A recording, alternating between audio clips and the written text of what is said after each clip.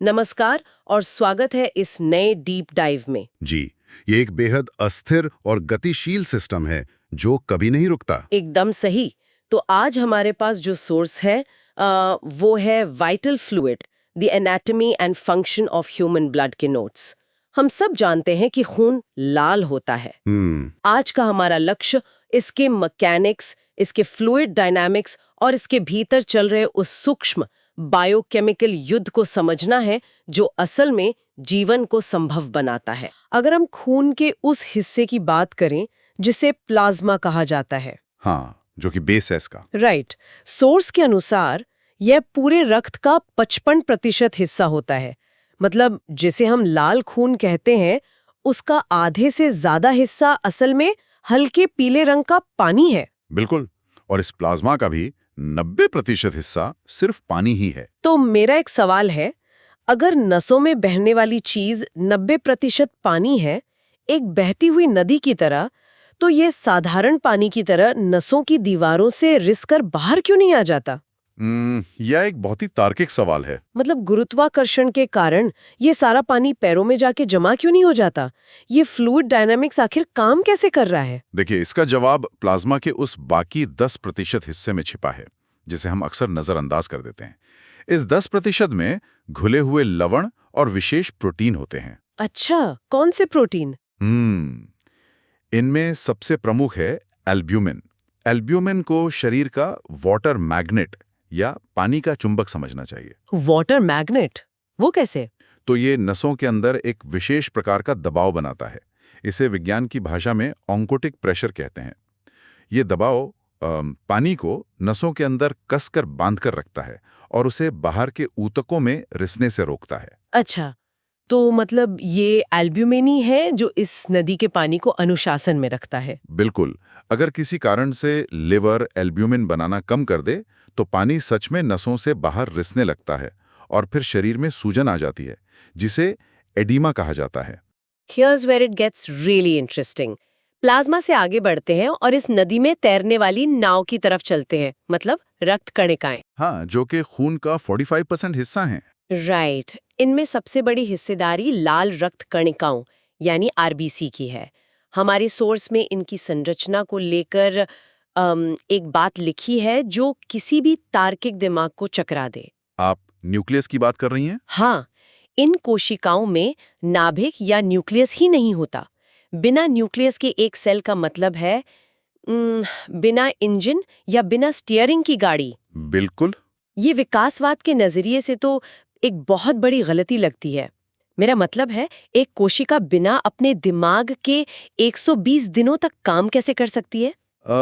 ये पहली नजर में एक गलती लग सकती है, लेकिन असल में ये जीव विज्ञान के सबसे बड़े मास्टर स्ट्रोक्स में से एक है।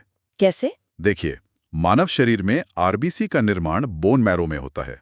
जब ये कोशिका बन रही होती है तब इसमें न्यूक्लियस होता है। अच्छा, तो शुरुआत में होता है। हाँ, लेकिन मैच्योर होने के ठीक पहले ये कोशिका एक बहुत ही कड़ा फैसला लेती है। ये अपने अंदर से न्यूक्लियस और यहाँ तक कि माइटोकॉन्ड्रिया जैसे अंगों को भी बाहर निकाल फेंकती है। वेट, सब कुछ बाहर निकाल देती हाँ, है? ऐसा इसलिए किया जाता है ताकि कोशिका के अंदर की पूरी जगह खाली हो सके। लेकिन हीमोग्लोबिन काम कैसे करता है? कैसे मतलब? सोर्स बताता है कि हीम यानी आयरन और ग्लोबिन यानी प्रोटीन। लेकिन फेफड़ों में ऑक्सीजन खून से चिपकती कैसे है और फिर जरूरत पड़ने पर शरीर के किसी दूर के हिस्से में जाकर छूट कैसे जाती है? ये कोई जादू तो नहीं हो सकता?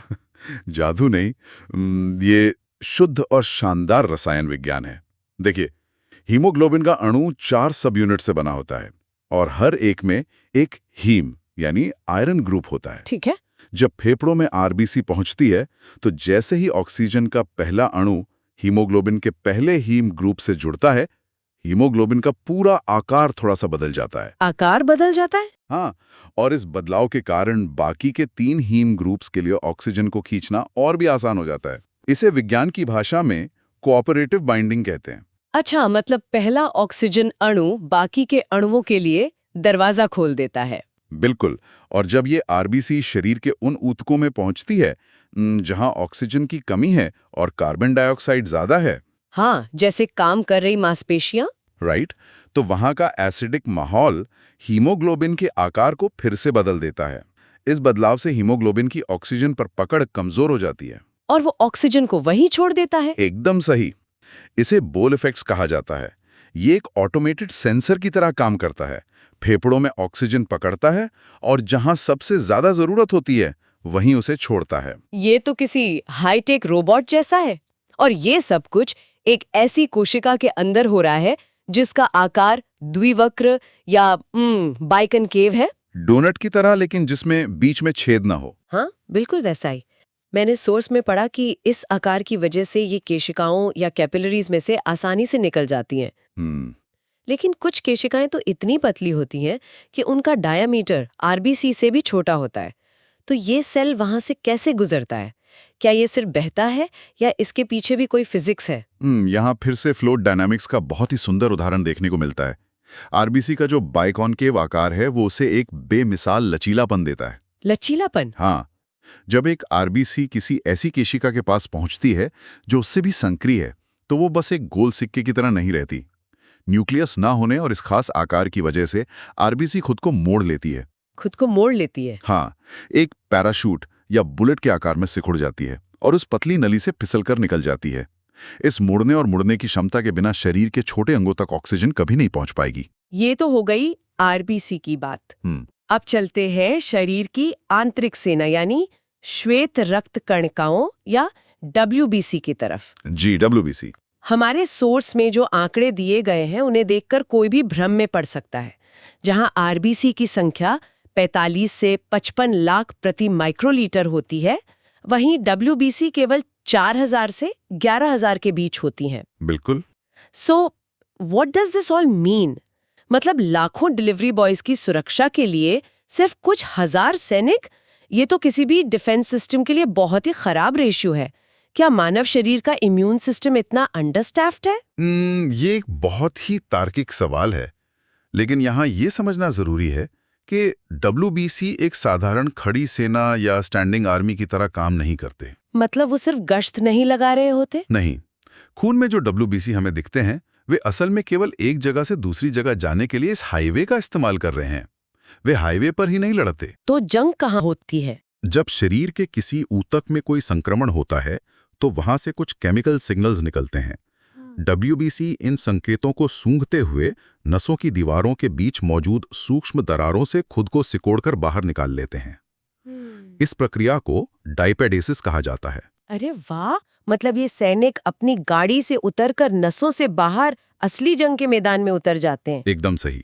और इनकी संख्या कम इसलिए है क्योंकि इन्हें हर समय लाखों की तादाद में रहने की जरूरत नहीं है। अच्छा। जब कोई हमला होता है तो डब्ल्यूबीसी बहुत तेजी से अपनी संख्या बढ़ा सकते हैं। अच्छा, जरूरत पड़ने पर? हाँ, इसे क्लोनल एक्सपेंशन कहते हैं। हमारे सोर्स में डब्ल्यूबीसी को ग्रैन्युलोसाइट्स और ए ग्रैन्युलोसाइट्स में बांटा गया है। न्यूट्रोफिल जैसे ग्रैन्युलोसाइट्स सबसे पहले प्रतिक्रिया देने वाले होते हैं। फ्रंटलाइन सोल्जर्स की तरह? बिल्कुल। वे रसायनों से भरे ग्रेनेड की तरह होते हैं जो बैक्टीरिया के पास जाकर उसे निगल लेते हैं। इसे फैगोसाइटोसिस कहते हैं और फिर अपने अंदर के रसायन छोड़कर उसे नष्ट कर देते हैं। एक तरह का आत्मघाती हमला। हाँ, इस प्रक्रिया में अक्सर वे खुद भी मर जाते हैं। जो मवाद या पस हम किसी घाव में देखते हैं वो असल में इन शहीद न्यूट्रोफिल्स का ही जमा होता है। बाप रे, ये तो हुई फ्रंट लाइन की लड़ाई। लेकिन सोर्स में लिम्फोसाइट्स का भी जिक्र है जो ए ग्रैन्युलोसाइट्स श्रेणी में आते हैं। अगर न्यूट्रोफिल्स पैदल सैनिक हैं तो ये लिम्फोसाइट्स क्या करते हैं? क्या ये वो सैनिक हैं जो याददाश्त रखते हैं? हाँ, बहुत सही पकड़ा आपने। लिम्फोसाइट्स को शरीर का खुफिया विभाग या इंटेलिजेंस विंग कहा जा सकता है। इनमें टी सेल्स और बी सेल्स होते हैं। जब न्यूट्रोफिल किसी नए वायरस से लड़ रहे होते हैं तब ये लिम्फोसाइट्स उस वायरस की संरचना का अध्ययन करते हैं। फिर बी सेल्स उस विशिष्ट वायरस के खिलाफ एंटीबॉडीज बनाते हैं। और जंग जीतने के बाद क्या होता है? एक बार जब वायरस हार जाता है तो कुछ लिम्फोसाइट्स मेमोरी सेल्स में बदल जाते हैं। ये कोशिकाएं दशकों तक शरीर में जिंदा रह सकती हैं। लेकिन अब जरा कल्पना करें कि इस पूरे सिस्टम में एक दरार आ जाए। दरार मतलब? मान लीजिए कागज से उंगली कट जाती है, छोटा सा पेपर कट, हाईवे की दीवार टूट गई और ये सारा का सारा लाल तरल, लाखों आरबीसीज और खुफिया विभाग के सैनिक सब बाहर बहने लगे। हाँ, एक इमरजेंसी सिचुएशन। एक आम सोच ये कहती है कि प्लेटलेट्स आते हैं और मिट्टी के ढेलों की तरह उस सुराख में फंसकर उसे बंद कर देते हैं। लेकिन क्या ये इतना ही सीधा है? अगर ये इतना सीधा होता तो हमारे शरीर के अंदर हमेशा बिना वजह थक्के या क्लॉट्स बनते रहते हैं। प्लेटलेट्स, जिन्हें थ्रोमोसाइट्स भी कहते हैं, कोई साधारण कोशिकाएं नहीं हैं। तो ये क्या है? ये असल में बोन मैरो में मौजूद बहुत बड़ी कोशिकाओं के टूटे हुए टुकड़े हैं। इनका जीवन काल सिर्फ 7 से 10 दिन का होता है और इनमें भी न्यूक्लियस नहीं होता। अच्छा, इनमें भी न्यूक्लियस नहीं है। हाँ, और जब तक नस अंदर से चिकनी होती है, प्लेटलेट्स शांति से बहते रहते हैं। लेकिन जैसी ही कोई नस कटती है, उसके नीचे का कोलाजन संपर्क में आ जाता है। ये कोलाजन प्लेटलेट्स के लिए खतरे की घंटी है। तो जैसे ही वो उस कोलिजन को छूते हैं, उनका आकार या व्यवहार बदल जाता है। बिल्कुल, शांत प्लेट जैसे प्लेटलेट्स तुरंत सक्रिय हो जाते हैं, उनका आकार बदल जाता है, उनमें स्पाइक्स या टेंटिकल्स निकल आते हैं जो एक दूसरे से और कटी हुई नस से चिपकने लगते हैं। जैसे कोई इमरजेंसी प्लम्बर आ गया हो। हाँ, ये पहला चरण है, प्लेटलेट प्लग बनाना। लेकिन सिर्फ प्लेटलेट्स खून को रोक नहीं सकते, वे उस दबाव को नहीं झेल पाएंगे। यहीं पर प्लाज्मा में मौजूद प्रोटीनों का वो जटिल क्लॉटिंग कैस्केड शुरू होता है। ये कैस्केड या चेन रिएक्शन कैसे काम करती है? मुझे नोट्स में फाइब्रिनोजन और फाइब्रिन का जिक्र दिखा है। तो प्लेटलेट्स और कटे हुए ऊतक कुछ रसायन छोड़ते हैं जो प्लाज्मा में मौजूद प्रोथ्रोम्बिन को थ्रोम्बिन में बदल देते हैं। ठीक है, थ्रोम्बिन बन गया। अब ये थ्रोम्बिन एक एंजाइम की तरह काम करता है जो प्लाज्मा में घुलनशील फाइब्रिनोजन को अघुलनशील फाइब्रिन के लंबे और मजबूत धागों में बदल देता है। वेट, मतलब जो चीज पहले प्लाज्मा में चुपचाप घुली हुई थी, वो अचानक से बाहर आकर सख्त धागों में बदल जाती है। बिल्कुल, और ये फाइब्रिन के धागे उस प्लेटलेट प्लग के ऊपर एक बेहद मजबूत जाल बुन देते हैं, एक मैश की तरह। हाँ, इस जाल में बाहर बहने की कोशिश कर रही आरबीसी और अन्य कोशिकाएं फंस जाती हैं। ये सब मिलके एक सख्त ढक्कन या क्लॉट बना देते हैं जो खून को बाहर बहने से रोक देता है और नीचे नए ऊतकों को बनने का समय देता है। ये तो सच में बायोकेमिकल इंजीनियरिंग का एक अद्भुत नमूना है। बिल्कुल, कुछ ही मिनटों में एक तरल पदार्थ का अपनी अवस्था बदलकर एक जालीदार संरचना बन जाना कोई छोटी बात नहीं है। ये सच में अकल्पनीय है कि इतने सूक्ष्म स्तर पर कितने सारे कदम एक साथ और एक निश्चित क्रम में उठ रहे हैं। अगर एक भी एंजाइम या रसायन अपना काम ना करे, जैसे हीमोफीलिया के केस में होता है, तो ये पूरा कैस्केड फेल हो जाता है। एकदम सही बात है। तो आज के इस डीप डाइव में हमने एक बहुत ही असाधारण यात्रा की है। हमने ऑन्कोटिक प्रेशर के जरिए पानी को नसों में बांधे रखने वाले एल्ब्यूमिन को समझा। हमने आरबीसी के उस बलिदान को देखा जहां वे अपने ही न्यूक्लियस को त्याग कर एक पैराशूट की तरह पतली नसों से गुजरते हुए हीमोग्लोबिन के जरिए ऑक्सीजन पहुंचाती हैं। और हमने खुफिया विभाग को भी देखा। हाँ, हमने श्वेत रक्त कणिकाओं के मोस्ट वांटेड पोस्टर और डायपेडेसिस की रणनीति को समझा। और अंत में हमने फाइब्रिनोजन को फाइब्रिन के मजबूत जाल में बदलते हुए देखा जो हमारे जीवन को बहने से रोकता है। आज के इस डीप डाइव में बस इतना ही। उम्मीद है कि ये बायोकेमिकल यात्रा गहरी, ज्ञानवर्धक और हर बार की तरह कुछ नया सोचने पर मजबूर करने वाली रही होगी। अगर इन विचारों ने कुछ नई खिड़कियां खोली हैं, तो इस चर्चा को उन जिज्ञासु लोगों तक जरूर पहुंचाएं जिन्हें विज्ञान के इन गहरे रहस्यों को डिकोड करने में मजा आता है। और हाँ, सब्सक्राइब करना ना भूलें। बिल्कुल, ऐसे ही रोचक विषयों की गहराइयों में हमारे साथ गोता लगाने के लिए जुड़े रहें और हमेशा कुछ नया सीखते रहें। मिलते हैं अगले डीप डाइव में एक नए रहस्य के साथ।